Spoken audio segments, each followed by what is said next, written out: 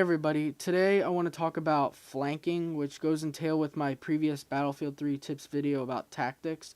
I just want to start off saying I'm playing a game of Rush on Operation Metro, and I'm using the SKS with a PKS holographic sight, laser sight, and a foregrip. I'm pretty much going with the assault sniper type of kind of class. So, so talk about flanking. To start off with that, flanking, it's a very important and great skill to have in Battlefield 3, especially if you're playing on a 64-man server on PC or on like Operation Metro. It's very, very good to have. I pretty much say that because a lot of people, what they do is they pretty much aim forward and just shoot and kill, and there's not many people that actually check behind them. There are a few that are experienced and know what to do in Battlefield 3, and they do check behind them, but not many people do. They're very obnoxious and they don't really check out their surroundings. So I say this because that makes flanking a great skill to have. By flanking behind the enemy, getting behind their enemy lines, and just getting them from behind, because not many people check behind them, you can easily get behind them, kill them, and wipe them all out. So there are a few rules with flanking.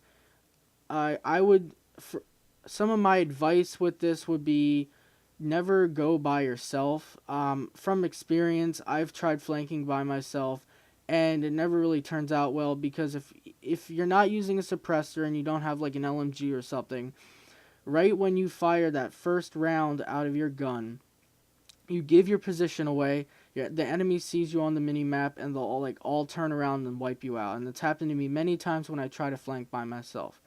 I would say if you want to try flanking with your squad, because if you have communications up, like if you're on TeamSpeak or just have your headset on and playing, and you're communicating with your squad, you can go as a squad and flank behind enemy lines and just wipe them all out because you'll have each other's backs, and it's very helpful. And like I said before, if you flank by yourself, most likely you're going to get your ass handed to you. You might be able to take a few guys out, but I would say if you really do want to flank by yourself, either use a suppressor and most likely definitely use an LMG. Because if you use an assault rifle or a carbine of the engineer class, or weapons like that with recon and stuff like that, you might be able to kill a few guys, but then they'll just wipe you out. If you use an LMG, you can better support yourself, but I would strongly advise going with a squad or a few teammates that you have mics with and you're communicating, so you got each other's backs.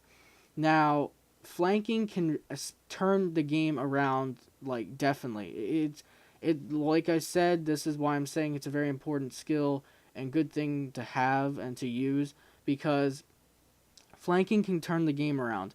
There are, especially like in Operation Metro, you will have an entire enemy team camping and covering like every single position, and this usually happens if you're on a sucky team or even if you're on a good team.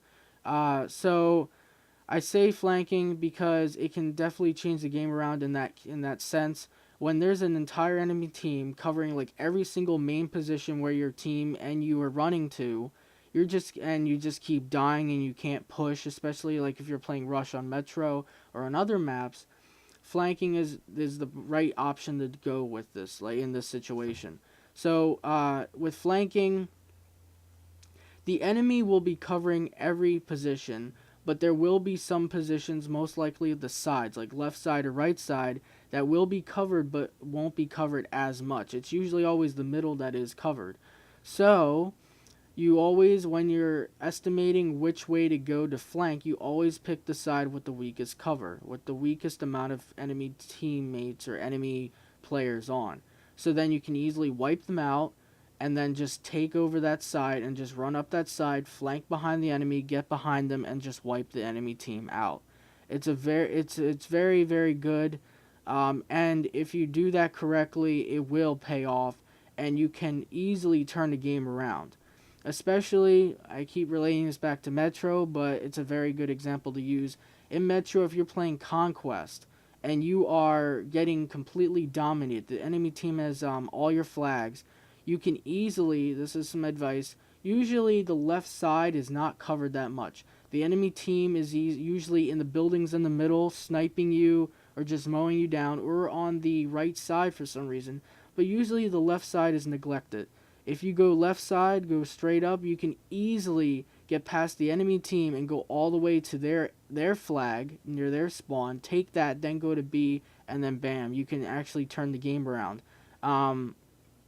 It's those little types of things that can actually get your team back into the game. So that's why I'm saying flanking is a very, very good tactic, I would say, to use in certain situations. So that's some advice for you for today, and I hope that pays off and helps you guys out. So I'll see you guys on the battlefield.